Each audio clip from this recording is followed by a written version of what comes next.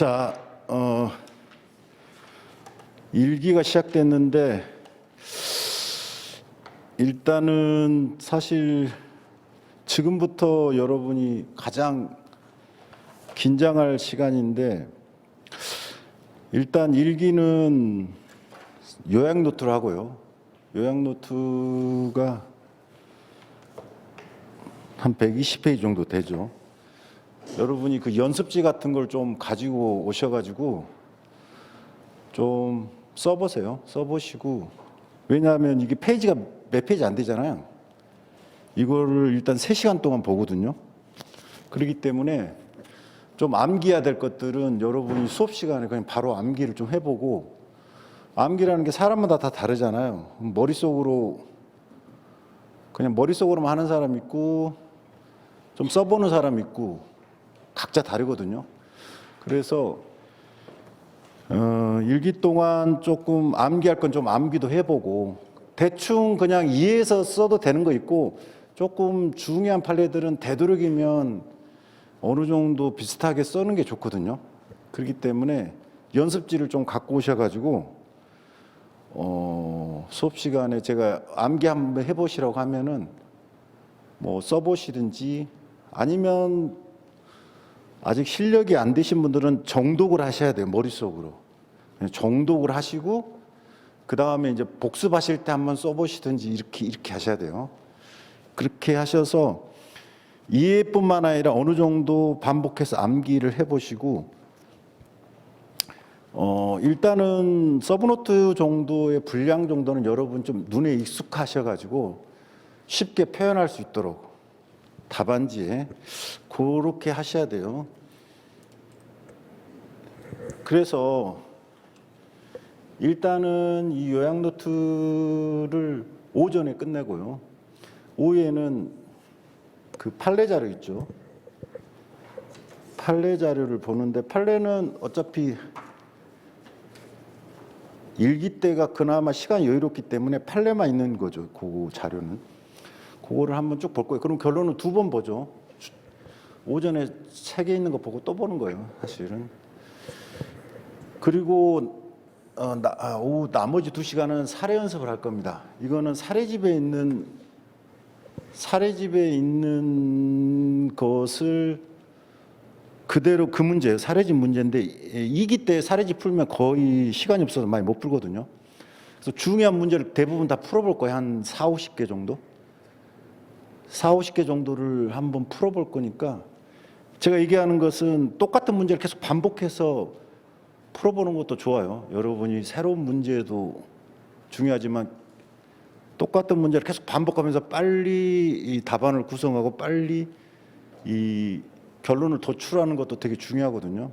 그래서 미리 사례집에 있는 중요한 문제를 한 40-50개 정도를 풀어볼 겁니다. 하루에 한 4개에서 5개 정도.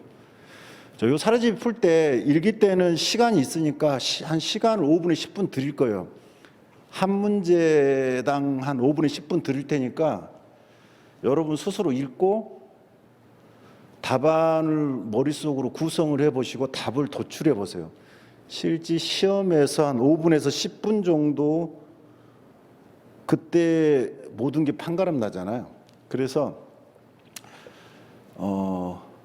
요 사례 연습할 때 연습지에다가 그거를 한번은 써보시고, 하여튼 5분 내에 여러분이 문제를 판독하고 빨리 뭘 쓸 건가를 기억해 내시는 게 되게 중요해요. 그 작업을 계속 한번 해보시고, 복습하실 때는 그 중에서 한 문제 정도 한번 안 보고 써보십시오. 집에 가셔서. 다는 쓰기는 힘드실 거고, 근데 여러분이 생각보다 다 몇 번 한 판례를 3-4번 보고 답안도 이미 다 봤지만 막상 잘 안 되신 분들은 막상 써보려면 또 그게 잘 안 돼요. 쓰다가 막히면 다시 보고 써보고 이렇게 해가지고 여튼 답안을 계속 완성해 보셔야 됩니다. 물론 이제 숙달 되신 분들은 상관이 없어요. 숙달 되신 분들은 이미 그냥 머릿속으로 스캔만 하면 되는데, 아직 숙달이 안 되신 분들은 이 작업을 조금 계속 해보셔야 돼요. 숙달이 아직 안 되신 분들은 해보셔서 이 사례 문제 푸는데 조금 여러분이 능숙할 수 있도록 일기 동안 사례 문제 푸는데 좀 능숙할 수 있도록 하셔야 됩니다.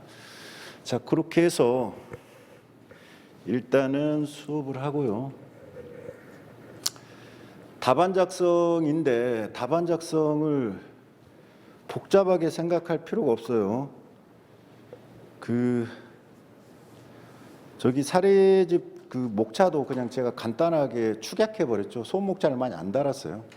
그것은 왜 그러냐면 자꾸 소목차를 생각하셔가지고 시간을 목차 잡는 데 많이 쓰는 경우가 많아서 그렇게 할 필요가 없다는 거예요. 결론은 문제가 나오면 뭐죠? 이게 가장 중요하죠. 이 문제와 관련해 가지고 판례가 뭐냐, 이게 가장 중요해요. 조문도 중요한데 조문으로 해결되는 게 없어요. 다 판례예요. 하지만 조문 있으면 반드시 써줘야 됩니다. 기본 점수가 있기 때문에. 그래서 인위적으로 목차를 이렇게 그냥 나눴죠. 여기서 이제 판례가 2개냐 3개냐 또는 판례가 여러분 머릿속에 있는 게 소목차가 있냐, 이것은 두 번째 문제고요. 결론은 뭐죠? 이 문제를 해결해서 A 판례냐 B 판례냐 요거죠. 요것만 정확하게 떠오르면 문제 해결은 되는 거죠. 그래서 목차를 사실상 특별히 구성할 게 없어요. 제가 봤을 때는. 근데 목차 잡는데 막 5분 10분 따로 잡으면서 시간을 할애할 필요가 없어요. 근데 여튼 여기 판례가 쟁점의 정리죠. 결론은 이걸 핵심 요약이 쟁점 정리잖아요. 그리고 이게 이제 답은 이미 나온 거죠. 나머지 사안의 적용이 이제 문제에 있는 내용과 시간을 좀 들여가지고 좀 적어주실 내용이죠. 이 사안의 적용이. 요 연습을 계속 해보셔야 돼요. 일기 동안에 빨리 관련 판례를 빨리 캐치하고 그 다음에 이 사안의 적용은 쓸 수는 없으니까 머릿속으로 어떤 게 쟁점이다 하고 답은 뭐다, 이 정도로 머릿속으로 스캔을 5분에서 10분 내에 해보셔야 돼요. 물론 뭐 간단하게 쓸 수도 있지만 여튼 10분 내에 요거를 다 완성을 하셔야 됩니다. 머릿속으로 두두두두두 계속 해보시다 보면 할 수 있어요.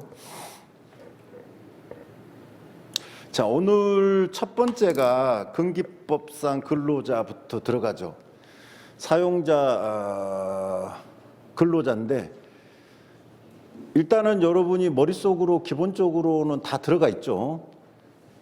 근로자를 밑에다 뺀 것은 사용자가 조금 더 많아서 그럴 뿐이고요. 근로자를 먼저 들어가는데 여러분이 제일 밑에 뭐예요? 근기법상 근로자.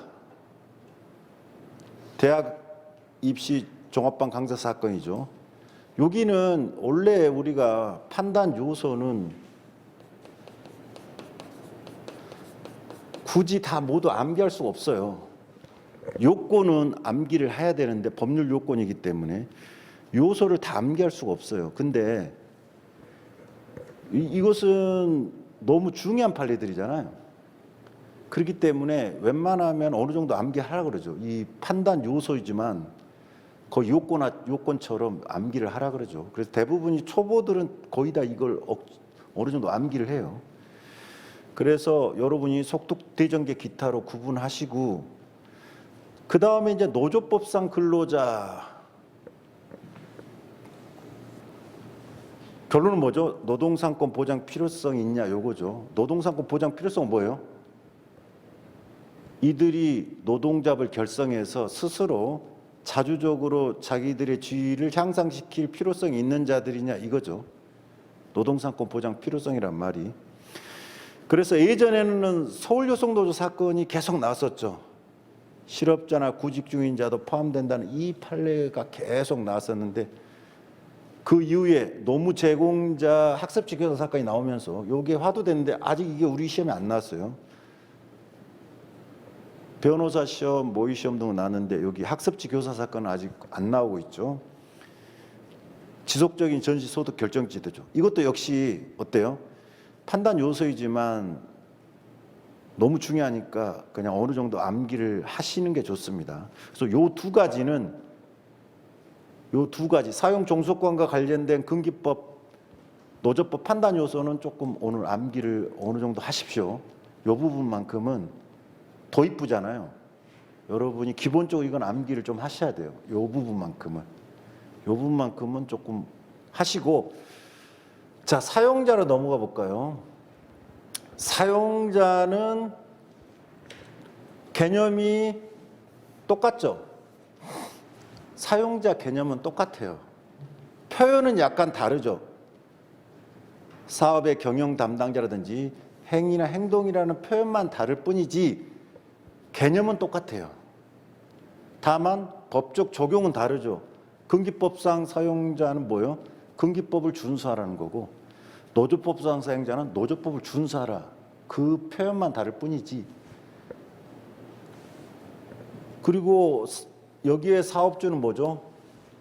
근로계약 체결의 당사자죠. 여기에 사업주는 뭐예요? 단협 체결의 당사자가 되죠. 역할만 다를 뿐이지 개념은 같아요. 결론은. 자, 근데 여기서 시험에서 중요한 건 뭐죠? 노조법상 사용자에 해당하면 가장 중요한 거죠. 이게 안 된다는 게 가장 중요하죠. 이거.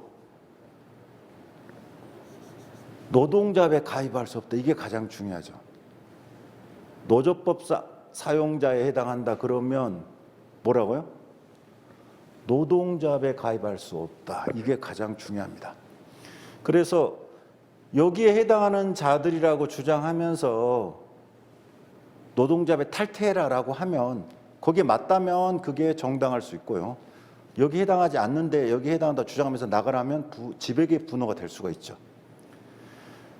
자, 근데 금기법상 사용자에 해당하는 경우 여기서는 뭐가 있어요?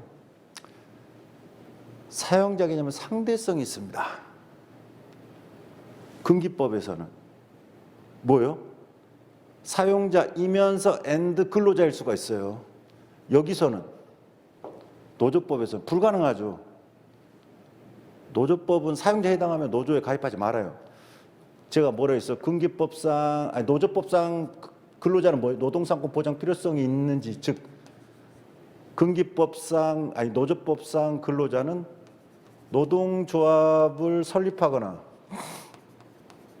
가입할 수 있는 자잖아요. 노조법상 근로자라는 개념은 뭐라고요? 노동조합을 설립하거나 노동조합을 가입할 수 있는 자. 반대로 얘기하면 노조법상 근로자가 아닌 자가 뭉쳐가지고 노동조합을 해도 된다 안 된다? 안 된다는 거예요. 자, 그래서 노조법에서는 사용자 개념의 상대성이 있을 수가 없어요. 불가능하잖아요. 왜? 노조법상 사용자에 들어가 버리면 노조에 가입이 못하도록 돼 있기 때문에. 자, 근데 금기법은 사용자 지위에 있으면 뭐라고요? 금기법을 준수하라. 그 의무는 있어요. 똑같이. 그렇지만은 그가 금기법상 근로자성이 있으면 또 근로자 지위도 인정한다. 이중적 지위가 인정되는 거죠. 그래서 가장 문제되는 게 뭐죠? 임원의 근로자성이죠. 임원은 원래는 사용자 지위에 있는데 얘도 실질적으로 금기법상 근로자성이 있으면 근로자성 인정되죠. 자, 사용자 개념 확장을 가볼까요? 요건 뭐예요? 노조법에서 예견하고 있지 않은 거죠. 노조법은 사용자를 이렇게 하고 있는데 이거 외의 제3자도 사용자에 해당한다. 이 말은 뭐죠? 책임을 지라는 소리죠. 사용자 개념 확장이라는 건 뭐라고요? 노조법에서 예견하고 있지 않은 외부의 제3자, 외부의 제3자를 사용자로 인정해가지고 얘한테 뭐라고요? 책임을 묻겠다. 이게 사용자 개념 확장 개념이죠. 법에는 없는 거고 판례 법리에 의해서 근로자를 보호하고자 하는 거죠. 금기법상 사용자 개념 확장은 묵시적 근로계약 관계를 인정하는 판례를 얘기하죠. 뭐예요? 명시적으로 없는데 대기업 외부의 제3자가 묵시적으로 근로계약 관계가 존재한다라고 판례가 인정한 케이스가 있고요. 노조법상 사용자 개념 확장은 뭐죠? 대기업 외부의 제3자가 지배계의 분호 이행 주체, 즉 외견상 사용자가 아닌데 대기업이면은 도급인인데 얘가 지배계획 행위를 했다. 그러면 사용자는 아니지만 사용자 개념 확장을 통해서 책임을 묻겠다 이거죠. 요거는 요즘에 되게 중요한 하도입니다. 왜냐하면 노란봉투법 아세요? 뉴스 같은 데 가끔 나오죠. 지금 판례가 인정하는 것은 지배계획 분호만 인정해요. 외부의 제3자를. 근데 어디까지? 단체 교섭 거부에 대해 당사자로서 인정해야 된다는 게 노란봉투법의 노란봉투법이 두 개의 핵심이 하나가 교섭의 당사자로서 외부의 제3자, 실제 이의를 주는 사람 있잖아요. 도급인. 얘네들을 인정해야 된다는 거랑 판례는 아직 인정하고 있지 않죠. 또 하나가 손해배상 책임. 노조 간부들한테 손해배상 책임을 바로 묻잖아요. 그 부분을 조금 제한하는 이 두 가지가 화두예요. 그래서 여러분도 두 가지는 중요한 주제라고 보실 수 있어요. 자, 어찌됐든 간 일단 여러분이 기본적으로 머릿속으로 이 큰 틀에서 그림은 머릿속에 있으셔야 되고, 자, 교과서 들어가 볼까요? 1페이지. 근기법상 근로자성 판단이죠. 우리 시험 18년에 나왔죠. 이때 우리 시험 18년에 나왔을 때 오히려 초보자들이 오히려 더 잘할 수도 있었어요. 왜? 처음 하면 이거 열심히 암기하죠. 근데 오래되면은 그냥 두리뭉실하게 그냥 보고 넘어가죠. 그래서 오히려 초보자들이 그냥 이거는 뭐 특별한 거 없잖아요. 그냥 판례 쓰고 조문 쓰고 답 쓰면 돼요. 그렇기 때문에 초보자들이 오히려 더 잘할 수 있는 문제가 가끔씩 나올 수가 있어요. 자, 카테고리가 크게 세 가지죠. 뭐예요? 형식이 아니라 실질이다. 문제가 나오면 조문은 반드시 써주셔야 돼요. 조문은 법전상 정의 개념을 써주셔야 되고요. 그 다음에 판례를 써주는데 세 가지 카테고리. 첫 번째가 뭐죠? 형식이 아니라 실질이다. 두 번째는 사용 종속 관계를 어떻게 판단하냐. 이게 뭐예요? 속독, 대전개, 기타죠. 세 번째가 신중 판단 요소. 일단 카테고리가 세 개다. 첫 번째 카테고리 형식이 아니라 실질에 따라 판단한다. 이것은 노동법 전반에 대한 실질적인 판단을 중요시하는 우리 법리죠. 우리 세법도 비슷해요. 우리 노동법도 형식보다는 실질을 중요시합니다. 자, 근기법상 근로자에 해당하는 여부는 계약의 형식이 고용 또는 도급 또는 뭐 용역, 위탁 이런 거 안 따진다는 거예요. 실질에 있어서 근로자가 사업 또는 사업장에서 자, 임금을 목적으로 자, 종속적인 관계, 요게 포인트죠. 종속적인 관계. 조문에는 종속적인 관계라는 게 없죠. 조문에 보시면 종속적인 관계가 없죠. 근데 근로 잘하는 개념 속에는 종속적인 관계라는 개념이 이미 들어가 있죠. 사용자의 근로를 제공하는 여부에 따라 판단돼야 된다. 결론은 뭐죠? 형식이나 실질에 따라 판단하는데 종속적인 관계에서 근로를 제공해야 되죠. 그러면 종속적인 관계가 뭔지를 판단 요소로 따지는 겁니다. 종속적인 관계. 속독, 대전개, 기타죠. 종속 노동성, 독립사업자성, 근로 대가성, 전속성과 계속성, 기타 이렇게 다섯 가지로 나뉘죠. 자, 종속 노동성을 봐볼까요? 내 취향 수지 시장지 구석이죠. 내 취향에서 내 업무 내용 사용자가 정한다. 취업규칙 등을 적용받냐 안 받냐. 그 다음에 업무 수행 과정에서 자, 상당한 지휘감독. 원래는 구체적 지휘감독을 받는 게 맞겠지만 업무의 성질상 상당한 정도의 지휘감독만 있어도 된다. 이렇게 확장했고요. 여러분이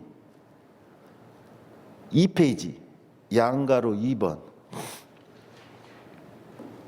우리 노조법상 노무 제공자에 대한 근로자성 그때 거기도 전시소득 결정지대에서 지휘감독이 나오죠. 거기는 뭐라고 나와 있어요? 동그라미 5번 보세요. 양가로 2번의 두 번째 문단 중간에 동그라미 몇 번 어느 정도 지감독 이렇게 돼 있죠. 어느 정도 표현이 다르. 그러면 상당한보다는 더 지감독성이 낮다고 볼 수 있죠. 그렇죠? 요거는 비교해서 쓸 수 있어요. 비교해 쓴다기보다는 똑같이 여기다가 상당한이라는 쓰시면 안 돼요. 여기는 어느 정도라고 정확하게 써주셔야 돼요. 어느 정도. 자, 다시 앞으로 오셔가지고 상당한 지감독을 하는지. 자, 시장지 구속, 근무 시간, 근무 장소를 사용자가 지정하고 근로자가 구속받는다. 시장지 구속. 자, 종속 노동성은 내 취향 소지 시장지 구속. 자, 종속 노동성에 이러한 각종 판단 요소들이 해당하면 근로자성이 인정될 가능성이 높다는 거죠. 자, 두 번째는 뭐죠? 독립사업자성. 여기에 해당하면 뭐예요? 사업자일 가능성이 높다는 거죠. 근로자가 아니라. 소유와 대행, 첫 번째가 소유와 대행이고 두 번째가 이윤과 손실이죠. 대립적. 자, 소유와 대행과 이윤과 손실인데 비품 등을 소유하거나 대행은 3자를 고용해서 업무를 대행케 하거나 이거죠. 독립하여 자기 계산으로 사업을 계속할 수 있는지. 동그라미 B번 노무 제공을 통한 이윤의 창출과 손실. 이것을 스스로 안고 있는지. 이윤이 더 나도 내 거, 손실이 더 나도 내 거 이거죠. 자, 근로 대가성. 속독 대정객에 대해서 대죠. 대상받아 기고만장하여 원천주사다. 보수의 성격 자체가 근로 자체의 대상적 성격인지. 예전의 근기법은 한자로 대가도 한자죠. 대상이라는 표현을 썼고요. 판례 표현은 여전히 대상이라는 표현을 쓰고 있습니다. 이건 예전 근기법 조문 대상이라 했어요. 그러다가 조금 더 쉬운 표현으로 대가로 바뀌었거든요. 물론 대상과 대가를 막 구분하는 뭐 논문 같은 것도 있는데 그럴 필요가 없어요. 그냥 대가입니다. 판례 표현은 여전히 대상이라는 표현을 많이 쓰죠. 여러분도 그냥 대상적 성격, 근로 자체에 대한 대가적 성격이 이 말이에요. 이 말이에요. 대상적 성격. 자, 기본급이나 고정급이 정해져 있는지. 기본급, 고정급이 있으면 아무래도 뭐죠? 근기법상 근로자성 가능성은 없죠. 근데 없더라도 부정할 수는 없어요. 없더라도. 가장 대표적인 게 도급 근로자 같은 경우죠. 건당 얼마. 일한 것만큼. 100건 하면 건당 10,000원에 100만 원. 일 안 하면 빵원. 도급 근로자거든요. 그 다음에 원천징수, 근로소득세의 원천징수 여부 등. 근로소득세랑 4대 법은 항상 같이 가죠. 왜? 둘이 전산이 연결됐기 때문에 나중에 뽀록나요. 불가능해요. 신고하면 같이 신고하고, 신고 안 하면 같이 신고 안 하고. 결론은 뭐죠? 사업자로서 3.3% 뛰냐, 아니면 근로소득 원천징수 하냐, 그러면 뭐죠? 4대 보험 신고까지 가야 됩니다. 자, 전속성과 계속성. 계속성과 전속성 바꿔서 말해도 상관없죠. 근로 제공 관계가 계속적인지, 사용자한테 전속돼 있는지. 하지만 이것도 어때요? 유무뿐만 아니라 정도가 들어가야 되죠. 왜? 유무만 따져버리면 어때요? 그러면 짧게 단발성으로 근로 제공했다 해서 부정하다든지 투잡, 쓰리잡 한다 해서 이렇게 될 수가 있기 때문에 유무뿐만 아니라 정도도 들어갑니다. 유무뿐만 아니라 정도. 계속성은 길수록 근로자성이 있겠지만 짧게 일해도 근로자일 수 있고요. 전속성, 한 사람한테 아예 귀속돼 있을 뿐만 아니라 2명, 3명한테도 동시에 일할 수도 있죠. 투잡, 쓰리잡도 가능하기 때문에 이것은 그 일하는 동안이 중요하지, 사실상 일하는 동안이 중요해요. 그 시간이 그 사람한테 일하는 시간 안에 전속성이 중요하지, 그 사람이 하루 동안 3군데를 뛴다 그래서 전속성이 없는 게 아니에요. 기타 사회보장제도에 관한 법령에서 근로자로서의 지위를 인정받는지 등 경제적, 사회적 여러 조건을 종합적으로 판단해야 한다. 자, 이 판단 요소는 중요한 판례이기 때문에 여러분이 반드시 어느 정도는 100% 이것도 원문이랑 100% 맞은 것도 아니에요. 사실은 약간씩 또 조금 틀려요. 조금 더 축약해 놓은 부분도 있고 그거는 그렇게 안 중요해요. 원문 그대로 100%가 아니에요. 마지막 신중 판단 요소로 여러분이 하시죠. 취업규칙 사회에서 기고만장 원천징수하다. 원래는 사회에서 기고만장이 원천징수하다 했는데 제가 밑줄 쳐놓은 게 있죠. 취업규칙 등이 적용되는지. 여기서 복무규정 같은 거 빼도 돼요. 복무규정, 뭐 인사 이런 거 빼도 돼요. 최근 판례, 여기 들어간 판례가 있어서 제가 넣어놓은 거예요.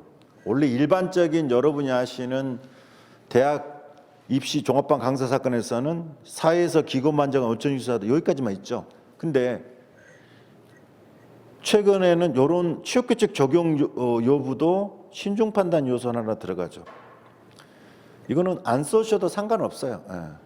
근데 문제 자체가 취업규칙 적용 안 된다 이렇게 했을 때 일반 근로자 취업규칙 이런 거 써줘도 좋죠. 신중 판단 요소로. 기본급과 고정급, 근로소득세 원천징수 여부, 사회보장제도 이 세 가지죠. 자, 이런 것들은 사용자가 임의로 정할 여지가 크다. 뭐 때문에 임의로 정할 수 있다? 경제적 우월한 지위 때문에. 자, 사용자가 임의로 정할 여지가 크다. 뭐 때문에 임의로 정할 수 있다? 경제적 우월한 지위 때문에. 따라서 그러한 점들이 인정되지 않는다는 것만으로 근로자성 쉽게 부정하지 말아라. 자, 요거 여러분이 한번 암기해 보세요. 처음 하시는 분, 좀 암기 안 되신 분들은 정독을 하시고요. 머릿속으로 떠올려 보시고 좀 되신 분들은 뭐 써보셔도 되고 그냥 머릿속으로만 구동해도 되고요. 아니면 스스로 그냥 써봐도 되고 자연스럽게 한번 암기를 해보세요. 지금. 자, 처음이니까 한번 시간을 많이 들여봤고 여러분이 그냥 반복해서 오늘 한 3번 정도 보겠죠. 요거는 오후에 판례 자료 있고 문제도 오늘 나갔거든요. 이거는 계속 볼 거예요. 오늘 좀 어느 정도 머릿속으로 그냥 정리하시고 다시 한번 봐볼까요? 형식이 아니라 실질이다. 어떤 형식이든 상관없고 종속적인 관계에서 근로를 제공했는지가 중요하다. 이게 핵심이죠. 형식이 아니라 실질이다. 종속적인 관계는 속독, 대전계, 기타인데 첫 번째가 종속노동성, 내 취향, 수지, 시장지 구석이죠. 업무 내용, 사용자가 정한다. 취업규칙, 복무규정, 인사규정 이거 책에는 빠져 있죠. 이거 보시면 복무규정, 인사규정은 빠져 있잖아요. 이런 건 좀 상관없다는 거예요. 너무 그렇게 완벽하게 똑같이 쓸 필요는 없어요. 내 취향 수지적 업무 수행 과정에서 자 상당한 지휘감도 우리 노조법상 근로자성에서는 이게 뭐라 그랬어요? 어느 정도로 완화된다 했죠. 요걸 헷갈리시면 안 돼요. 노조법상 근로자성 판단할 때의 종속성과 관련해서는 어느 정도 지휘감독으로 완화된다는 거. 자, 독립사업자성은 소유와 대행 그리고 이윤과 손실이죠.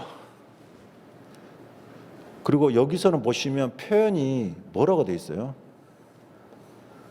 노무 제공자라는 표현을 쓰죠. 뭐 이건 상관없는데 약간 이렇게 조금 비근로자성을 나타낼 때 그리고 이제 노조법에서는 노무 제공자라는 표현을 많이 쓰죠.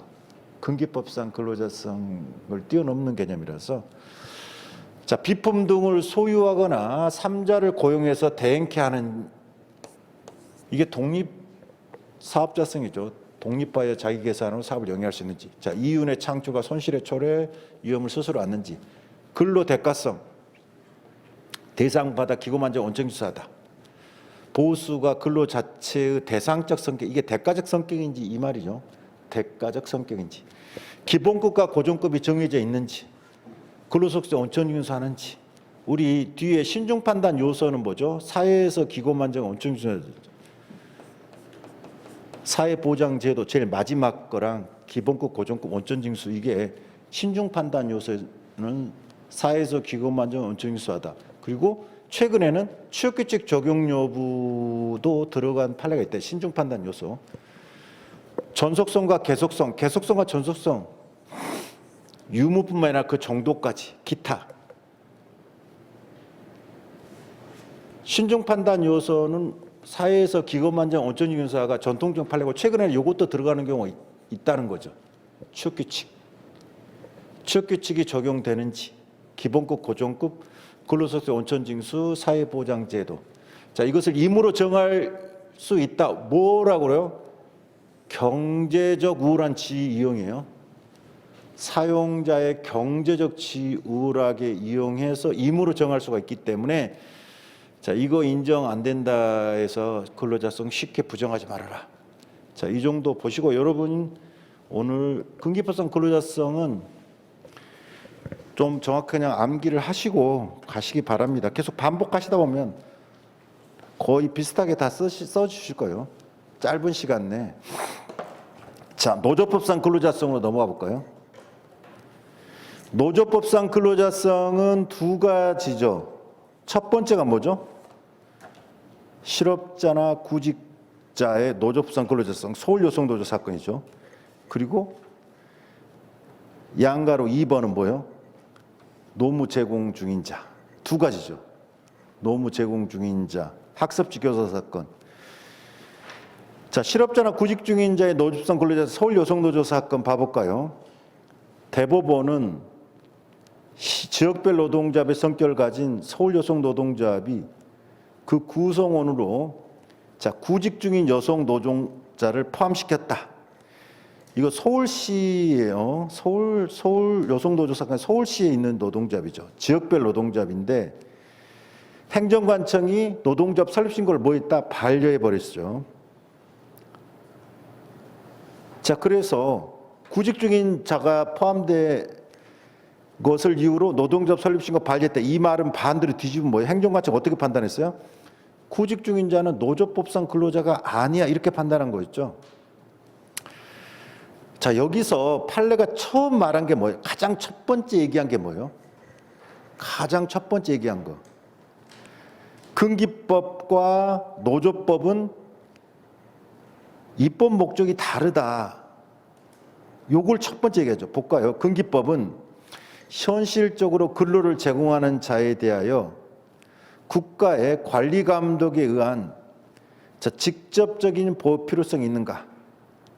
자, 근기법은 뭐죠? 현재 근로를 제공하고 있는 자를 국가가 직접적으로 보호할 필요가 있는가 관점에서 판단한다는 거죠. 따라서 구직 중인 자는 근기법상 근로자가 아니라는 말입니다. 왜? 현재 근로를 제공하는 자가 아니기 때문에.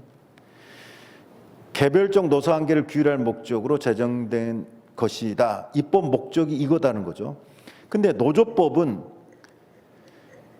노무 공급자들 사이에 단결권 등, 단결권이 뭐죠? 근로상권이죠. 근로상권. 보장 필요성. 자, 근로상권 보장 필요성이죠. 결론은 근로상권 보장 필요성이에요. 단결권 등이라는 것은 단결권, 단체 교섭권, 단체 행동권에 포함하는 거죠. 집단적 노사관계를 규율할 목적으로 제정된 것이다. 자, 입법 목적이 다르다. 그래서 고로 근로자 개념도 다르다. 이렇게 가는 거죠. 첫 번째가 뭐죠? 입법 목적이 다를 때는 근로자 개념이 똑같지 않다. 그리고 나서 사실상은 이미 삭제된 거 뒤로 넘어가 볼까요? 2페이지. 2페이지 로마자 세 번째 2페이지. 최근 노조법 개정으로 기업별 노조에 해고된 자 등의 가입을 제한하는 것으로 해석되었던 노조법 제2조 4호 라목 단서 이게 최근에 삭제됐죠. 해고된 자가 노동위원회에 부당 노동의 구제 신청을 한 경우에는 노동위원회 재심판정이 있을 때까지 근로자가 안전을 해석돼서는 안 된다. 이게 삭제됐죠. 서울요속노조 사건은 삭제되기 전 판례로서 여기에 대한 해석론을 붙이죠. 서울요속노조 사건은 여기에 대한 해석론을 붙여서 지금은 사실 알 필요는 없죠. 왜 삭제됐기 때문에. 요 조문 자체가 기업별 노조를 위한 특별 규정이다라고 하면서 초기업별 노조는 꼭 특정 사용자한테 사용 종속 관계가 있을 필요가 없다 이런 말을 하죠.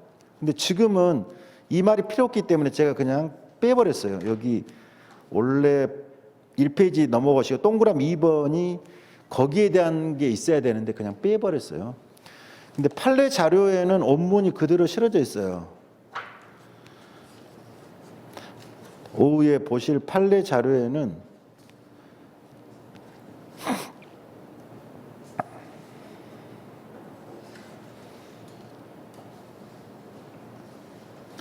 판례 자료 봐볼까요? 10페이지. 판례 자료 10페이지.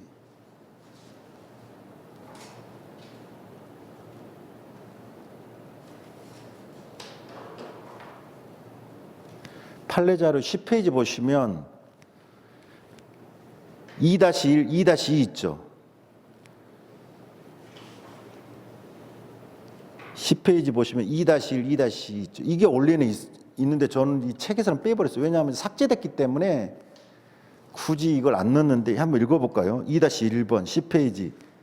일정한 사용자의 종속관계를 조합원 자격 요건하는 기업별 노동자의 경우와는 달리 산업별, 직종별, 지역별 노동자, 초기업별 노조죠. 여기는 일정한 사용자의 종속관계를 조합원 자격 요건을 하지 않는다. 따라서 노조법 제2조 4호 라목 단서 이미 삭제된 조문이죠. 이거는 기업별 노동자의 조합원이 사용자로부터 해고됨으로써 근로자성이 부인될 경우에 대비해 마련된 기준으로서 이와 같은 경우에만 한정적으로 적용되고 원래부터 일정한 사용자의 종속관계를 필요하지 않은 산업별, 직종별, 지역별 노동자분 노조법 제2조 4호 라목 단서가 적용되지 않는다. 이것이 이제 중요한 주제여서 예전에는 초기업별 노조가 시험 문제 많이 나왔어요. 초기업별 노조로부터 해고됐다. 그 사람이 노조법상 근로자상 되냐 이게 문제 많이 나왔어요. 근데 이제 이게 삭제됐죠. 노조법 제2조 4호 라목 단서가 삭제된 이유는 뭐예요?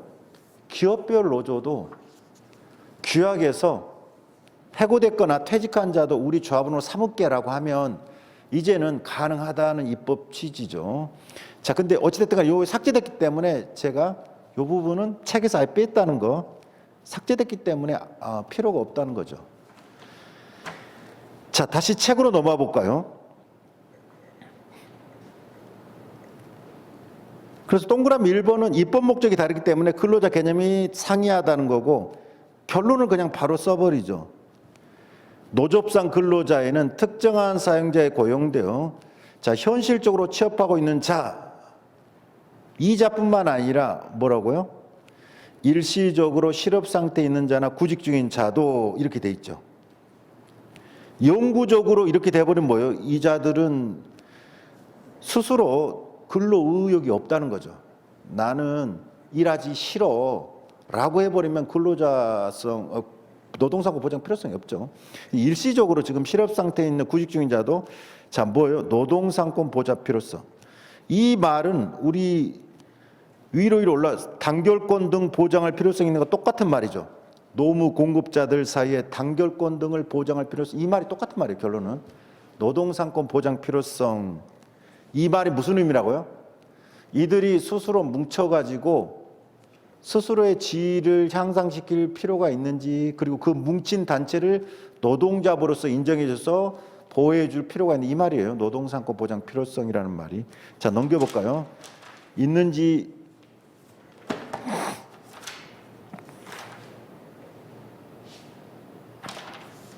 못하는데요. 노동상권 보장 필요성이 있는 한 맞죠? 있는 한 그 범위에 포함된다. 노동상권 보장 필요성이 있는 한 그 범위에 포함 맞습니다.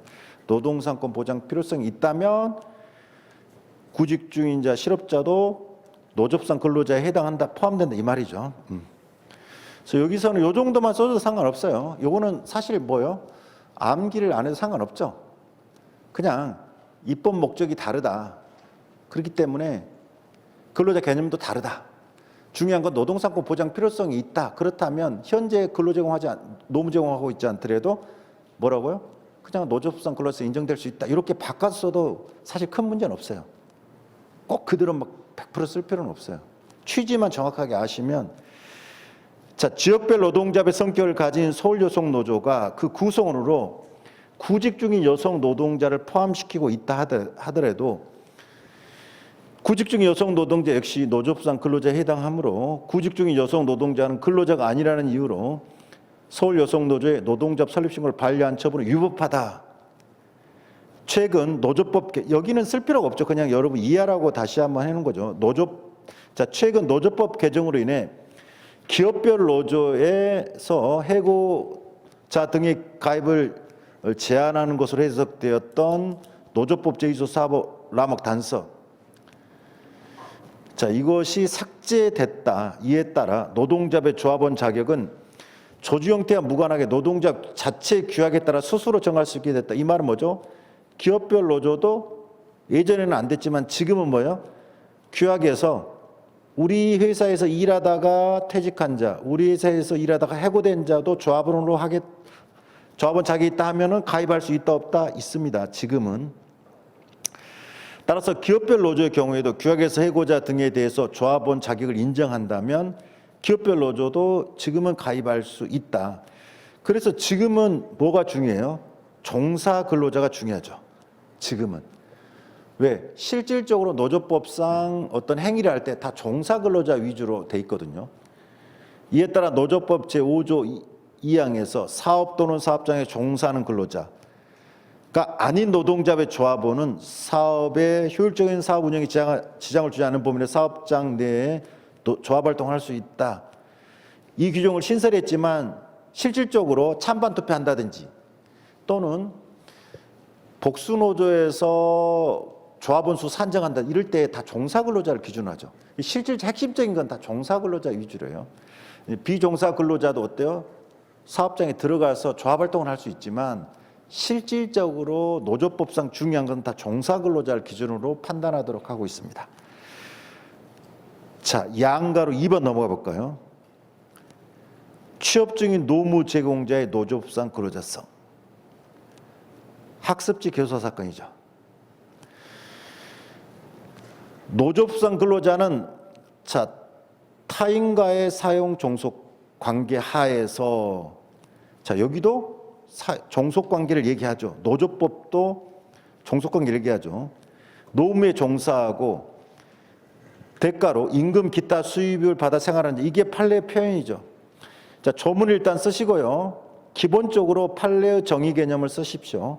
사용 종속 관계 하에서 노무에 종사하고 그 대가로 임금 기타 수입을 받아 생활하는 자. 조문이랑 엮은 거고 조문에는 뭐가 없어요? 역시 사용 종속 관계라는 게 없죠. 조문에는.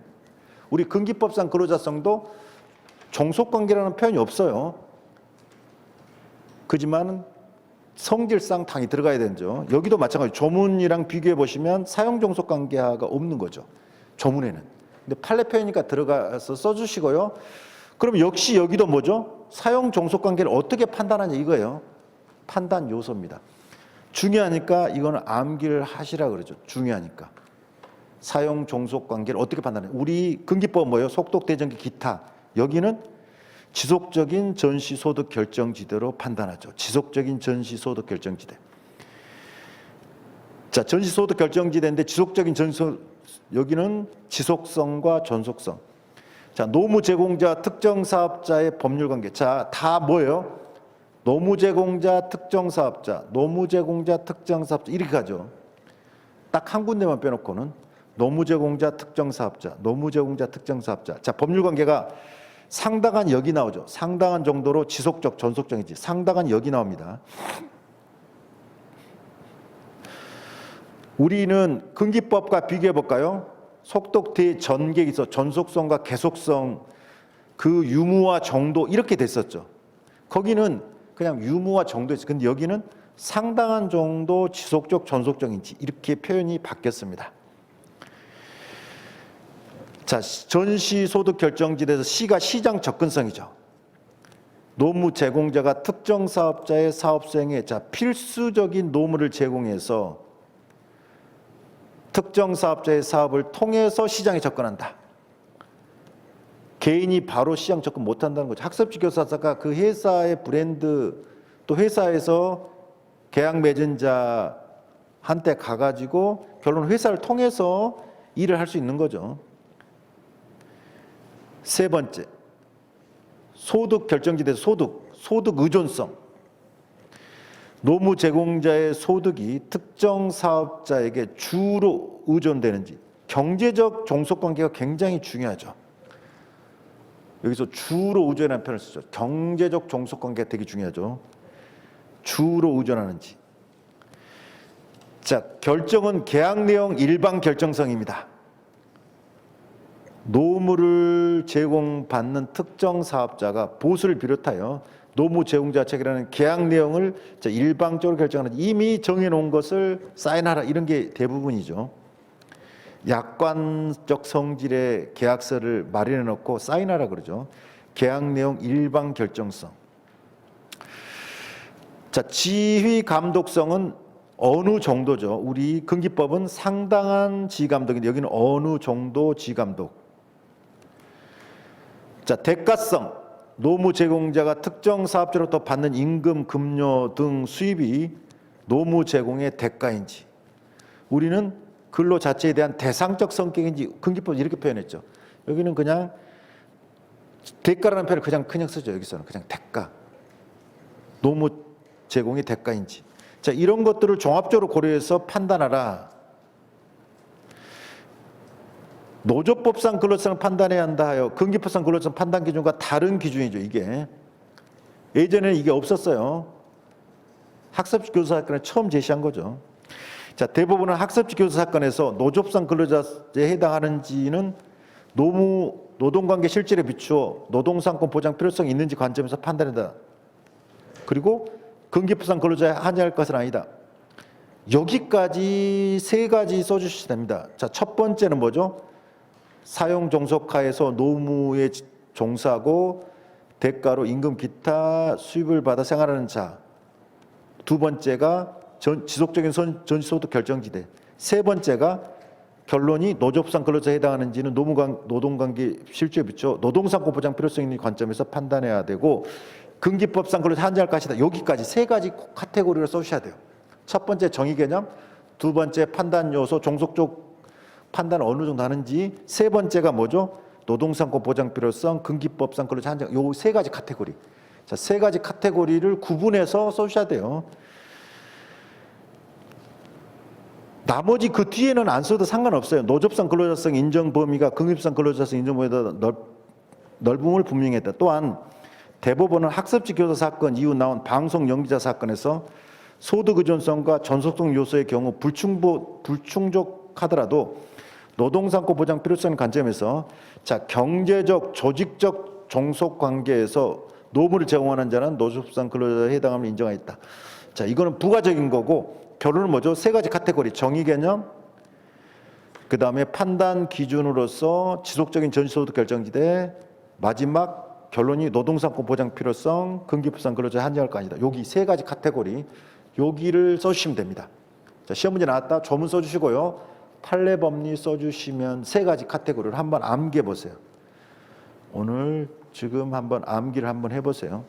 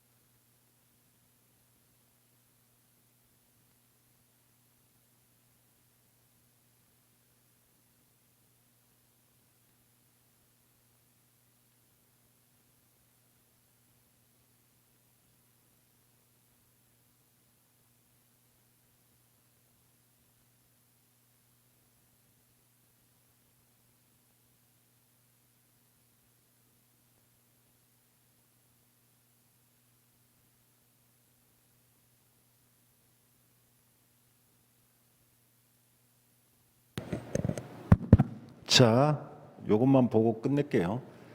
노접상 근로자 판단 첫 번째가 정의 개념이죠. 사용 종속 관계 하라는 것을 조문에 없는 걸 집어넣으시면 되고 나머지는 조문 보고 그냥 비슷하게 쓰시면 돼요. 상관없어요. 기본적으로 노무 제공자, 특정 사업자 딱 한 군데만 사용자가 들어가요. 어디? 지휘감독. 여기만 사용자 들어갑니다. 여기만. 물론 뭐 이거 뭐 달리 썼다 해서 틀리고 이런 건 아니에요. 크게 상관없는데 그렇다는 거죠, 그냥. 노무 제공자, 특정 사업자 계속 하다가 여기만. 자, 지속적인 전시소득 결정지대, 지속성과 전속성. 여기가 상당한이 들어가죠. 우리 금기법은 어땠어요? 속독대 전개에서 전속성과 계속성, 그 유무와 정도였죠. 여기는 지속성과 전속성이라는 표현을 쓰고 있어요. 그리고 상당한이 여기 들어갑니다. 금기법은 그 유무와 정도죠. 여기는 상당한, 금기법은 상당한 지휘감독인데 지휘감독이 어느 정도로 바뀝니다. 여기서. 그래서 노무 제공자 특정 사업자의 법률관계가 상당한 정도 지속적 전속적인지, 그 다음에 시장 접근성이죠. 이것은 금기법에는 없는 거죠. 필수적인 노무 제공, 시장 접근성, 이거는 금기법에는 없는 거예요. 자, 필수적인 노무 제공을 해서 특정 사업자의 사업을 통해서 시장에 접근한다. 필수적인 노무 제공. 학습 교사들이 필수적인 노무 제공이죠. 그 회사에. 그 다음에 특정 사업자의 사업을 통해서 시장에 접근한다. 자, 소득 의존성. 이것도 없는 거죠. 금기법에는. 자, 주로 의존한다. 주로. 특정 사업자에게 주로 의존한다. 자, 결정, 계약 내용 일반 결정성. 이것도 금기법에는 없는 거죠. 계약 내용 일반 결정성. 그 노무 제공자 체계라는 계약 내용을 사용자가 일방적, 즉 특정 사업자 일방적으로 결정하는지. 자, 지대에서 지감독인데 이게 상당한 아니라 어느 정도라 했죠. 그리고 여기는 사용자라는 표현을 쓰고 있습니다. 사용자와 노무 제공자 사이에 어느 정도 지감독 관계가 존재하는지. 노무 제공 대가성은 특별한 거 없죠. 결론은. 자, 이런 것들을 종합적 고려하라. 판단 요소죠. 종합적 고려하라.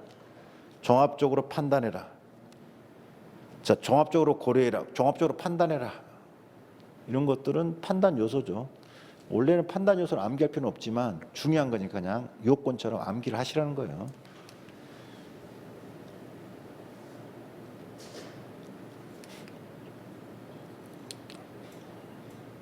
이건 뭐죠? 결론이죠. 결론은 노동상권 보장 필요성이 중요하고, 그래서 금기법상 근로자 한정할 것은 아니다. 뭐 요거는 조문 이 판례 표현 좀 더 들어간 거예요. 여러분이 판례 원문을 보시면 이런 게 들어가죠. 근데 또 요것만 써주시면 되죠. 근로상권 보장 필요성. 금기법상 근로자 한정할 필요 없다. 요 두 가지. 노동상권 보장 필요성, 금기법상 근로자 한정할 필요 없다. 여기까지 써주시면 됩니다. 여튼 금기법상 근로자도 카테고리 3개 있죠. 형식이나 실질, 속독 대전개 기타, 신중 판단 요소. 노접상 근로자성 뭐죠? 정의 개념. 그 다음에 지속적인 전시소득 결정지대. 그 다음에 뭐죠? 요거 노동상권 보장 필요. 요거 꼭 써줘야 돼. 결론이 이거니까. 이게 핵심이잖아요. 노동상권 보장 필요성 핵심이에요.